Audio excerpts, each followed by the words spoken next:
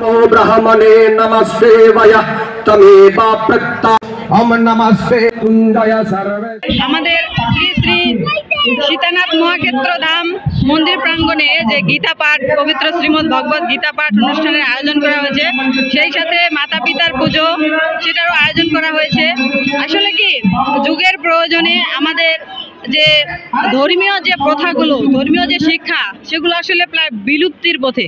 তো যেই কারণে আমাদের হচ্ছে যে যারা অভিজ্ঞ ব্যক্তি, জ্ঞানী ব্যক্তি আছেন, তারা চান যে আমাদের ধর্মটা আমরা সঠিকভাবে জেনে যেন আমাদের হচ্ছে যে পরবর্তী প্রজন্মকে সেটা জানাতে পারি। এজন্যই তাদের এই সুন্দর মহতি উদ্যোগ, এই উদ্যোগকে আমরা অবশ্যই সম্মান জানাই। আমরা অনেকেই আছি যে তারা শিক্ষিত হয়েও বাবা মাকে দেখে না, বা হচ্ছে এরকম অনেক পরিবারে অনেক উদাহরণ আছে, ছেলে মেয়ে অনেক উচ্চ শিক্ষিত বিদেশে থাকে কিন্তু তারা বাবা মাকে দেখে না।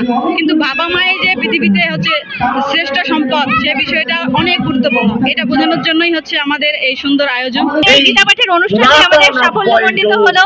অসংখ্য ধন্যবাদ যারা এই আমাদের এত বড় একটা গীতা পাঠের আয়োজন করছে, তাদেরকে ধন্যবাদ জানাই। আসলে আমার জীবনে আমি এই মতো দেখি নাই, এই প্রথম আমার লাইফে আমি দেখলাম যে আসলে 20 সহস্রাধিক একটা গীতা পাঠের আয়োজন করছে। আসলে আমরা এখানে আসতে পেরে আমরা নিজেকে ধন্য মনে করতেছি। গীতার আলো যে তাদের জানতে হবে, গীতার জ্ঞান যে জানতে হবে, এটা সবার মধ্যে ছড়াই দেওয়ার জন্য আজকে এই যে আলোকবর্তিকা ফাউন্ডেশন কর্তৃক এবং আমাদের এখানে সর্বসাধারণকে নিয়ে আজকের এই মহাগীতা পাঠ অনুষ্ঠান প্রথমবারের মতো এই পবিত্র ধাম মহাক্ষেত্র ধামে অনুষ্ঠিত হচ্ছে।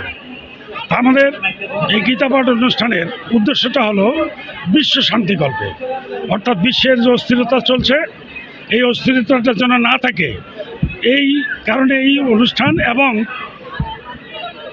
বিশ্বময় যেন প্রত্যেকেই আমরা যেন শান্তিতে বসবাস করতে পারি, সম্প্রীতি নিয়ে বসবাস করতে পারি, একে অপরকে যেন ভালোবাসতে পারি। হিন্দু, মুসলিম, বৌদ্ধ, খ্রিস্টান সবাই যেন আমরা একে অপরের পাশে আপদে বিপদের জন্য থাকতে পারি। ভক্তবিন্দু, আমরা কেউ গন্ডগোল করবো না, আমাদের মূল উদ্দেশ্য কিন্তু এটাই।